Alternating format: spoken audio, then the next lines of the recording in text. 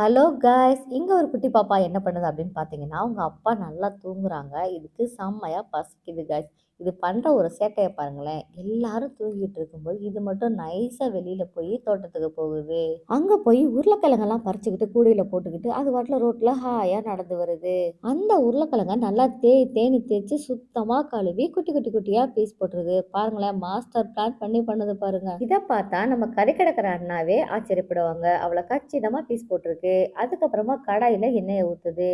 அப்படியே நறுக்கி வச்ச உருளைக்கிழங்க மெதுவா அதுக்குள்ள போட்டு சூப்பரா மொறு மொறு மொறு மொறுன்னு டேஸ்டியா பொரிச்சு எடுக்குது.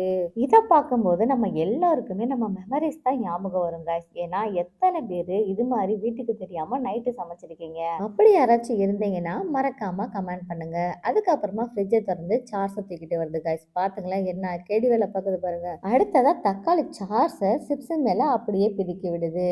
அடுத்து ஒவ்வொன்றா எடுத்து நல்லா மொச்சுக்கு மொச்சுக்குன்னு திங்க ஆரம்பிச்சிச்சு. பார்க்கும்போது நம்மளுக்கு வாயில எச்சி ஊறுது. உங்கள யாருக்கெல்லாம் ஃப்ரெஞ்சு ஃப்ரை பிடிக்கும்னு மறக்காம கமெண்ட் பண்ணுங்க. அதுக்கப்புறமா ஒரு டப்பா பால் எடுத்து ராவா அடிக்குது காய்ஸ். என்னென்ன தில்லாலங்கடி வேலை பார்க்குது பாருங்களேன். இது குழந்தையா இது அப்படி சொல்லி நம்மளுக்கே ஆச்சரியமா இருக்கு.